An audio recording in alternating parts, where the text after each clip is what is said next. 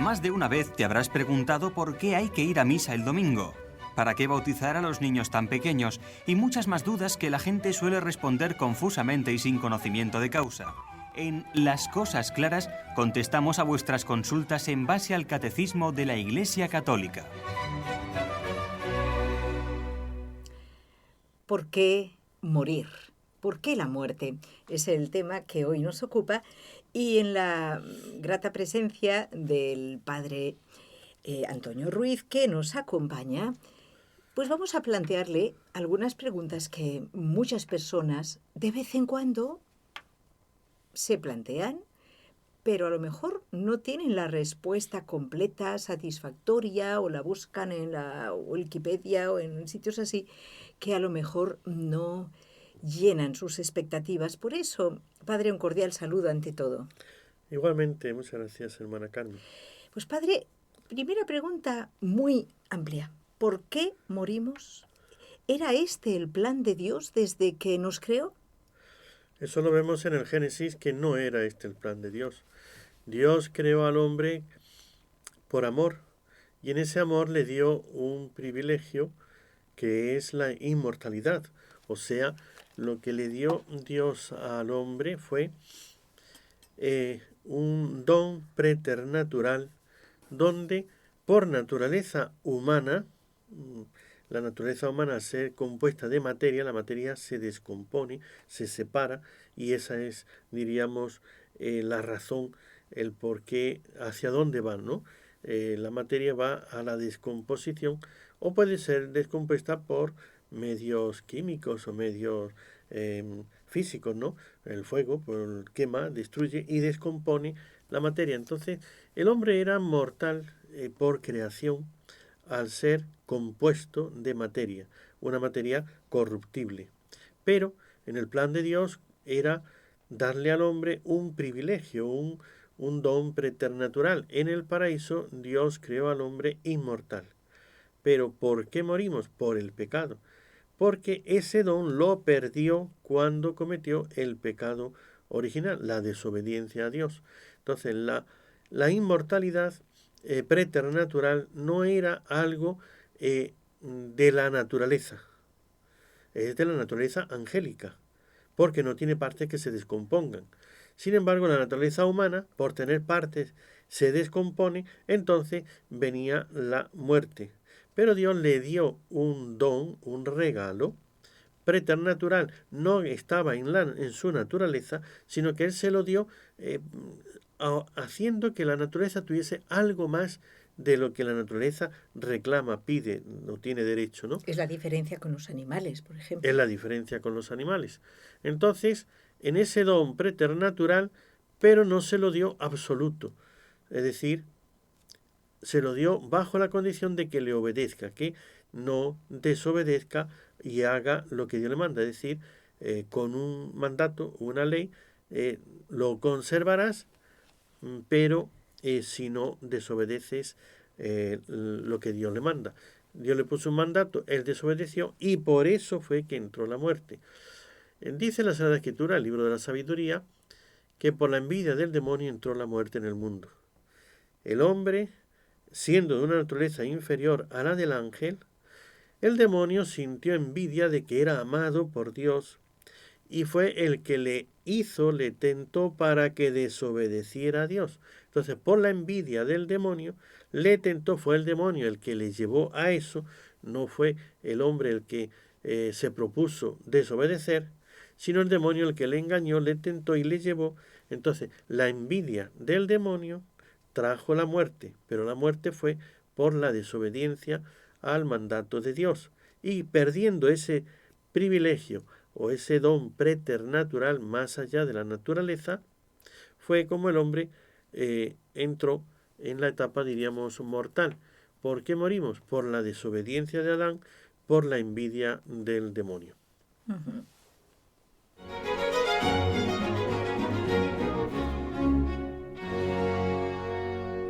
Y padre, ¿qué ocurre en el misterioso momento de la muerte? En la muerte, depende de cómo se mire, física, psicológica, espiritualmente, Entonces, físicamente es la separación del cuerpo y el alma.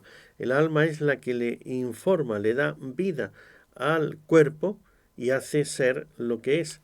Entonces, la muerte es la separación, o sea, así diríamos filosóficamente, es la separación del cuerpo y el alma. Entonces, no tiene más sentido que ese, ¿no? Físicamente es cuando se paralizan las funciones vitales, es cuando ya el cuerpo no tiene lo que le da la vida. El oxígeno, por eso no deja de respirar, la circulación de la sangre que lleva el oxígeno a distintos sitios, el corazón que se para. Entonces vemos que físicamente hay unos signos o señales que son la muerte. Pero lo fundamental de la muerte del ser humano, del hombre estamos hablando, no estamos hablando ahora de la muerte de un animal cualquiera, entonces del ser humano, es la separación del alma y del cuerpo, y ahí es donde termina su periodo, diríamos, de mérito, lo que va a merecer en su vida, con sus obras, con su vida espiritual, con su amor de Dios y demás, y pasa a la siguiente etapa, que es el juicio. Viene entonces el juicio. Se acabó el tiempo del merecer, viene el juicio y después la eternidad. Por eso lo que ocurre en el momento de la muerte es lo que tenemos nosotros que preparar constantemente, tenerlo bien presente, saber a dónde vamos, porque detrás de la muerte inmediatamente viene el juicio y después la carta a los Hebreos capítulo 9 nos lo dice, que está decretado por Dios que el hombre muera una sola vez y después inmediatamente el juicio. Y ya, según sea el resultado del juicio, será la vida eterna. Vamos a seguir.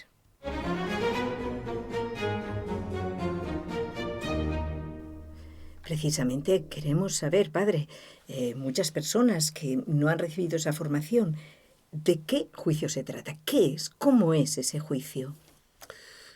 El juicio es el juicio de nuestra vida, ¿no? ¿Quién? Dios es el que nos enjuicia porque Él nos pide cuenta de la vida que nos ha dado. O lo que tenemos que entender para el juicio, comprender por qué las razones del juicio, es nosotros tenemos una vida donada, temporalmente prestada, que me van a pedir cuentas de ella y que me van a premiar, dar el premio o el castigo según yo la haya empleado. O sea, la vida que Dios nos da es limitada, lo primero. Por eso, de acuerdo, si Adán y Eva no tenían que morir antes del pecado original, también tenían una vida limitada. No es que iban a vivir para no morir nunca. Lo que pasa es que no tenían que morir, sino que pasaban al cielo directamente con sus méritos, con sus buenas obras, pasaban al encuentro con Dios, sin tener que pasar por el momento de la muerte. Segundo, pero dado que desobedecieron y entonces entró la muerte, y la muerte ya por herencia nos llega a todos, ahora nosotros sí tenemos que pasar por la muerte necesariamente. Pero la vida sigue siendo prestada. Es una vida que Dios te da y de la que tienes que dar cuentas. Por eso, ¿qué es el juicio? Las cuentas de la vida. ¿Qué has hecho en esta vida con los dones y las gracias que Dios te ha dado? Dios me da una inteligencia, Dios me da una fe, me da una capacidad, una moral y me da sobre todo unas cualidades, unos dones. Esos dones, esas cualidades, yo tengo que hacer que renten para Dios, porque de ello voy a cobrar en la vida eterna la felicidad o la desgracia. Depende de cada uno, de cómo haya empleado su vida y sus cualidades, así será el premio que tenga. Dios nos ama y quiere que seamos felices por toda la eternidad, pero meritoriamente, no en contra de lo que uno haga.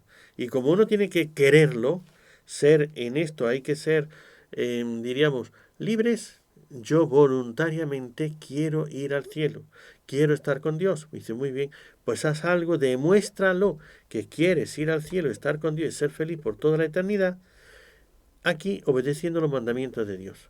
Si haces esto, demuestra que realmente eso es lo que quieres. Entonces, demuéstralo y tendrás el premio de la vida eterna. Pues el juicio es la demostración de lo que yo he hecho en esta vida y Dios viene con el premio de acuerdo a las obras. Pero el que en esta vida rechaza a Dios porque no quiere esa vida que Dios le ofrece, después el juicio es: esto es lo que tú rechazaste, esto es lo que te quedas sin ello.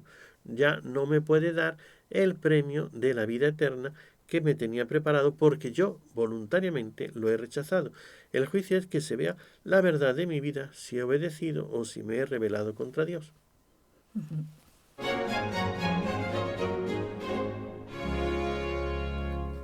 ¿En qué parte del Evangelio, Padre, quizás en muchas, y que usted nos puede dar solo alguna cita, nos habla Jesús del juicio, recordando que hay varios juicios?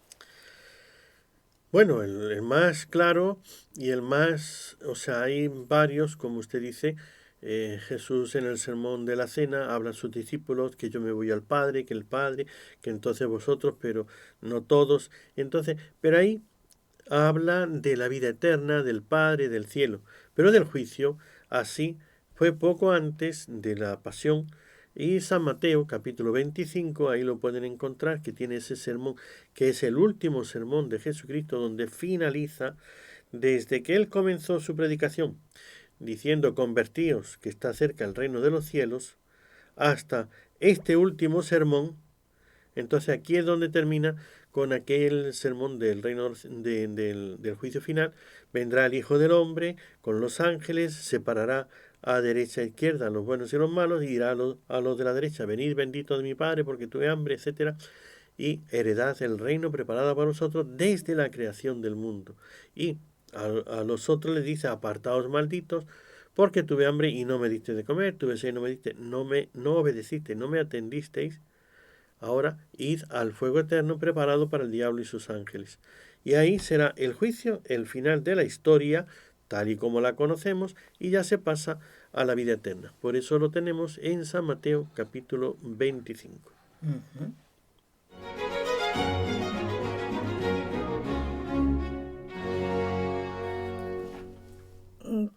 Padre, ¿quién va al cielo directo? Porque a veces se oye hablar muy fácilmente en cualquier funeral de que pues tal persona, tal difunto, pues se ha ido al cielo, ya está en el cielo. ¿Cómo sabemos si tal persona se ha ido al cielo directo? Eso, saberlo, lo vamos a saber cuando tengamos la revelación. Es decir, yo no puedo saber, nadie lo puede saber si se ha ido al cielo directo. Hace falta una revelación de Dios.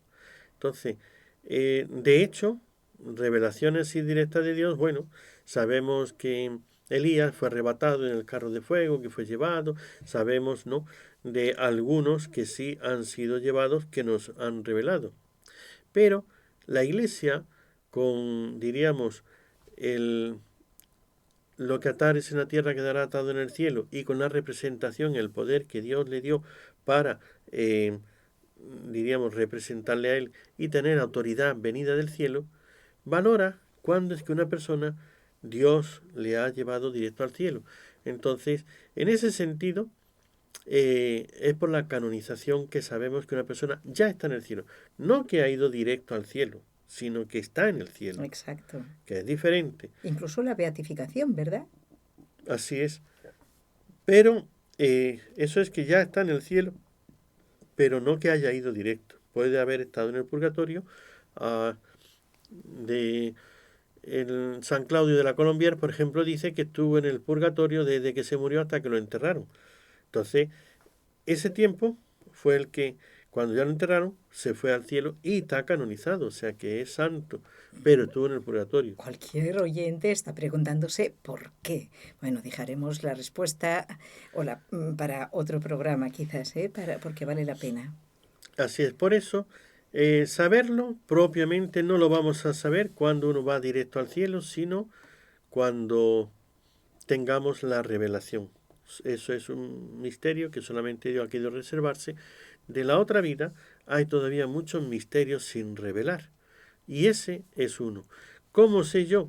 De hecho, yo no sé si voy a ir directo al cielo o si voy a pasar por el purgatorio y ahí voy a estar mucho tiempo o poco, o si no soy digno del cielo. Por eso temamos, porque hay la posibilidad de perder el cielo para siempre, de ser condenados al infierno. Entonces, saberlo propiamente, nada más que cuando Dios dice, este ya se fue derecho al cielo. El resto es solamente conjeturas y demás. La Iglesia nos declara si están en el cielo, pero no si fueron derechos al cielo. Ujú, entendido. Es verdad que hay signos que nos pueden ayudar, ¿no? Según ha sido la vida de la persona, hay personas que realmente han vivido muy santamente, pero quizás no es lo más corriente. Vamos a continuar.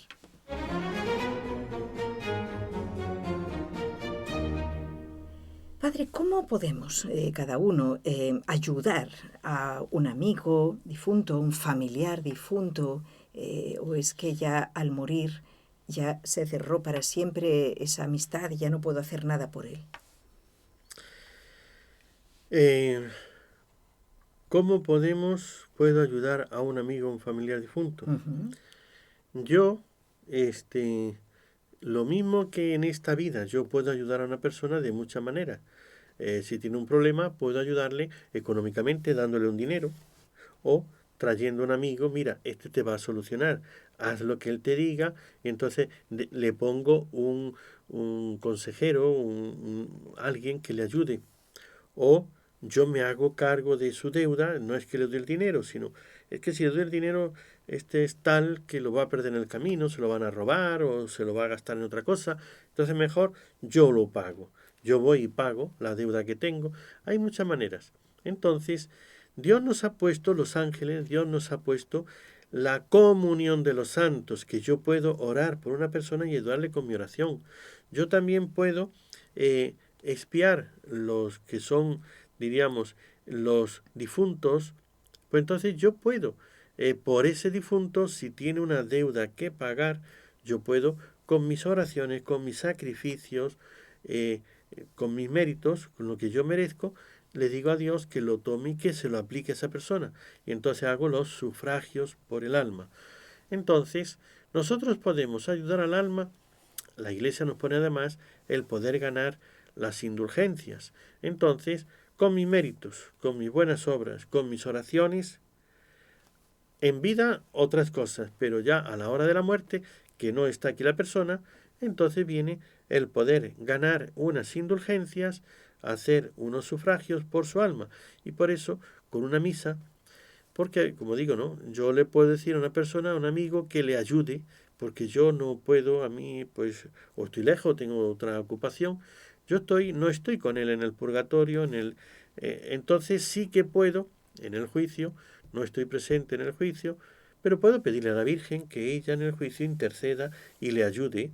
Entonces yo le pido a la Virgen para que ella haga de mediadora y le ayude con los méritos de ella y con los méritos que yo también puedo hacer.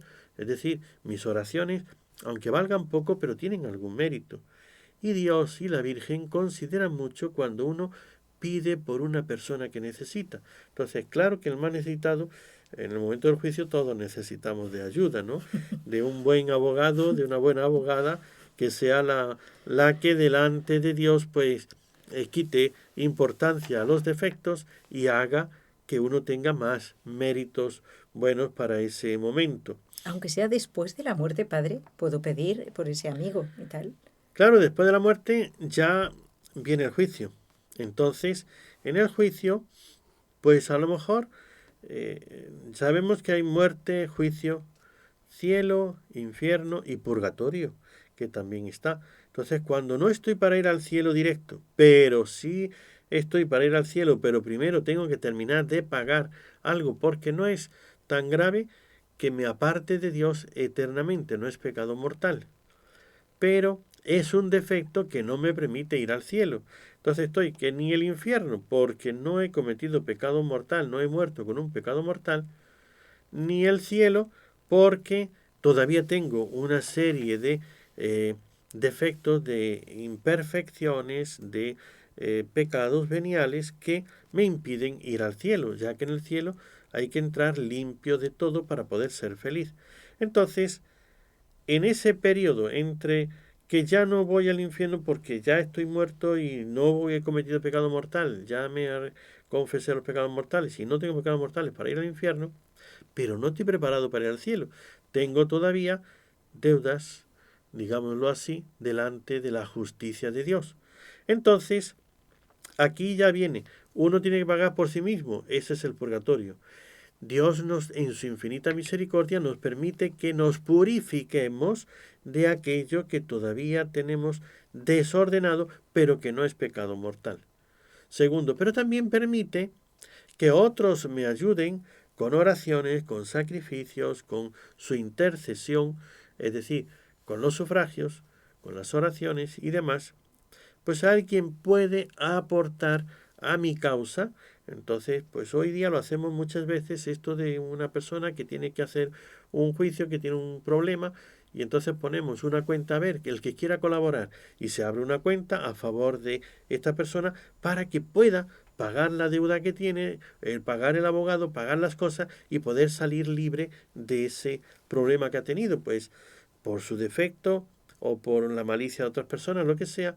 Pero entonces ya cualquiera, yo no puedo pagarlo todo, pero sí puedo pagar una partecita. Entonces yo doy una limosna y el otro otra y otra y otra y otra, y así se saca la cantidad suficiente para poder pagar y que la persona quede libre de ese problema. Eso mismo, igual que hacemos en este mundo, pues podemos hacerlo también por las almas que van al purgatorio, ya que el que yo pague por él, Dios ve dos cosas, que yo me uno a la persona, a su problema, y pago. Entonces Jesucristo pagó por nosotros para que no fuésemos al infierno. Claro que sí, hay que arrepentirse, no es que Él pagó y ya derechos al cielo, sin arrepentirnos, hay que arrepentirse del pecado, pero aquella parte que nosotros no podemos es la que Él pagó. La parte que nosotros sí podemos es la que nosotros tenemos que pagar. Y ese es el purgatorio, lo que yo sí puedo pagar. Pero claro, puedo pagar en un tiempo o puedo pedir ayuda para pagarlo más rápido. Entonces, el purgatorio, diríamos, es nosotros tenemos ante este amigo, familiar, lo que sea, si es que tiene unas deudas todavía por pagar, con la justicia, la misericordia, el amor de Dios, entonces yo puedo poner de mi parte oración y sacrificio para que el Señor le tome en cuenta esto a él y haga que salga cuanto antes. Porque nos interesa a nosotros ayudar a las almas del purgatorio, ya que cuanto antes pasen al cielo, más van a interceder, más agradecidos van a estar y más van a interceder por nosotros. Tener un amigo allá en el cielo siempre es bueno. Tener varios, mejor todavía. Pues padre, nos ha quedado clarísimo. Le damos las gracias. Seguiremos profundizando en este tema próximamente porque han quedado preguntas pendientes y las que ustedes también nos planteen, ¿eh? Ya veremos el chat en YouTube para poder contestar en el próximo programa. Dios mediante. Pues padre, nos despedimos, si le parece bien, con la bendición. El Señor esté con vosotros. Y con tu espíritu. Y la bendición de Dios Todopoderoso, Padre, Hijo y Espíritu Santo, descienda sobre vosotros. Amén. Amén.